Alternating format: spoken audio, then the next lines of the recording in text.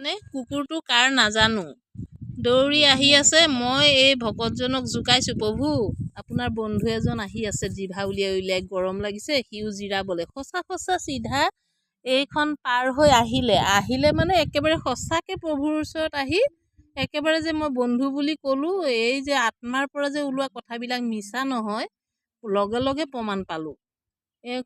ভকতৰ বাক্যই ব্ৰহ্ম নহয়নে? মই যেতিয়াই ক'লোঁ আপোনাৰ বন্ধু আহিছে, সি নিজে নিজে সঁচাকৈ সেইফালৰ পৰা দৌৰি আহি এইটো পাৰ হৈ ঢাপ পাৰ হৈ আহি প্ৰভুৰ লগত বহিলে। আৰু আপোনালোকক ভিডিঅ' কৰি দেখাওঁ বুলি ভাবোঁতে চাওক তেওঁ একেবাৰে প্ৰভুৰ ওচৰত শুই দিছে। কি আৰাম পাইছে বাৰু? সঁচাকৈ সকলো জীৱৰ ভিতৰতে যে ঈশ্বৰ আছে, সকলোকে যে বিষ্ণু বুদ্ধি কৰিবলৈ কৈছে। এটা কাহিনী কওঁ আপোনালোকক। এবাৰ মানে কৃষ্ণগুৰু প্ৰভুক ভকতে গৈ পেলাই নিমন্ত্ৰণ দিলে, প্ৰভু আমাৰ ঘৰত অখণ্ড একনাম কীৰ্তন পালনাম আছে, আপোনাক নিমন্ত্ৰণ জনাইছোঁ। প্ৰভুৱে বাক্য কৰিলে যাম বুলি। তাৰপিছত সেই ঘৰত পালনাম হ'ল, যথাসময়ত পালনাম হ'ল। আৰু পালনামত আমাৰ ভকতে জানেই আৰু যে প্ৰভুৱে নিৰাকাৰ ৰূপত আহে।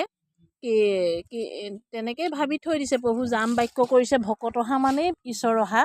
তাৰপিছত এটা কুকুৰ আহি পেলাই থপনাৰ ফালে এনেকৈ বেছিকৈ দিগদাৰ কৰা দেখি দুচাটমান মাৰিলে। দুচাটমান মৰাৰ পিছত গ'ল কথা গ'ল। তাৰপিছত বহুদিন পিছত শৰাই হেৰিখিনি লৈ পেলাই, বস্তুখিনি লৈ পেলাই প্ৰভু আশ্ৰমলৈ গ'ল। আৰু আশ্ৰমলৈ যোৱাৰ পিছত প্ৰভুক ক'লে, প্ৰভু আমাৰ আশ্ৰমৰ মানে আমাৰ পালনামভাগ ভালে ভালে চলি গ'ল বুলি কৈছে।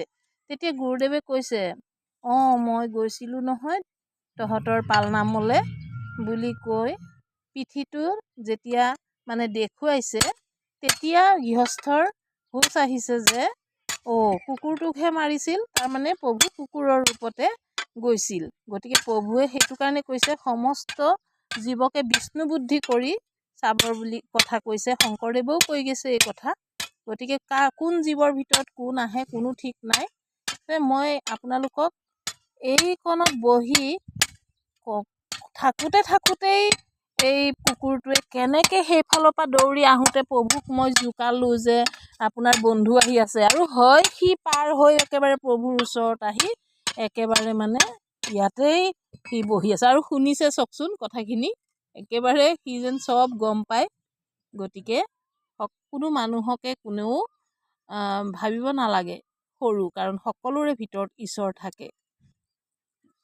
তাৰপিছত সেই ভকতজনে তেতিয়া মানে কৈছে, চিনি নাপালোঁ, কান্দিলে তেতিয়া খুব।